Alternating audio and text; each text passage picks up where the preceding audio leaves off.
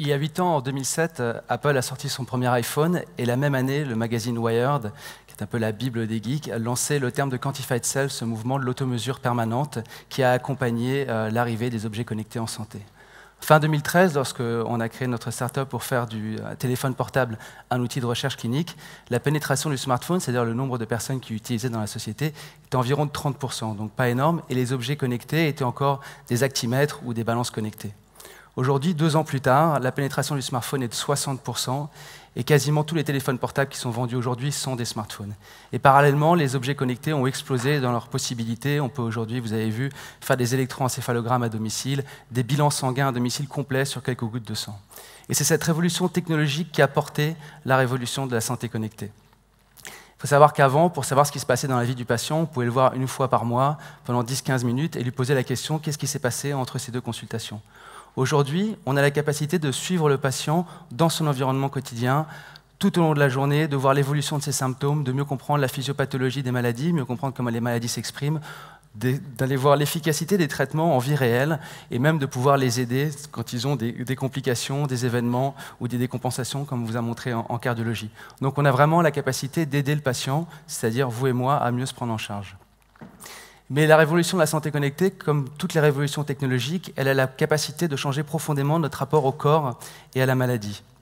D'autant plus qu'elle est portée, pour l'essentiel, pas par les patients ni par les professionnels de soins, mais par les entrepreneurs et les visionnaires de la Silicon Valley ou des autres centres d'innovation dans le monde, et qui ont une vision très technocentriste, très solutionniste de la santé connectée, c'est-à-dire qu'ils pensent que la technologie a réponse à tout, finalement, avec derrière l'idée de ce corps connecté, de ce corps quantifiable, où ce qui est important, c'est l'unité de mesure qu'on va récupérer avec les objets connectés.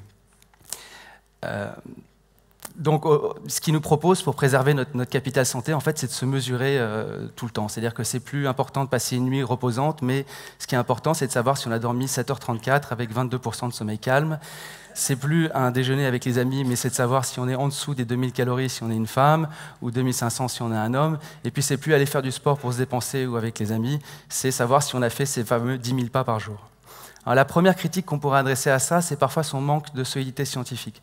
Pour la petite histoire, les 10 000 pas, ils sortent à l'origine d'une opération marketing d'une firme japonaise qui lançait un podomètre dans les années 60 et qui trouvait que 10 000 pas, c'était un chiffre rond. Et en plus, ça sonnait très bien en japonais pour le mot qu'ils avaient trouvé. Il y a un autre exemple que j'aime beaucoup, c'est qu'aujourd'hui, vous avez des bouteilles, des tasses connectées qui vous promettent de vous occuper de votre hydratation à coup de notifications et de bip. Alors vous avez un système hypothalamo-hypophysaire qui fait très bien ça depuis des millions d'années et qui marche assez bien vu qu'on a survécu.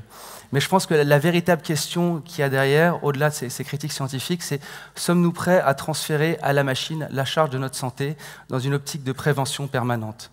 C'est-à-dire, est-ce qu'on est prêt à se transformer tous en pré-malades, en malades qui s'ignorent, dans ce qu'un confrère, il y a déjà 20 ans, appelait la fin de la médecine à visage humain, le docteur Piotr Skrabanek. C'est-à-dire qu'on ne serait plus soit en bonne santé, soit malade, mais dans un entre-deux permanent, finalement, soumis à la machine qui nous mesure.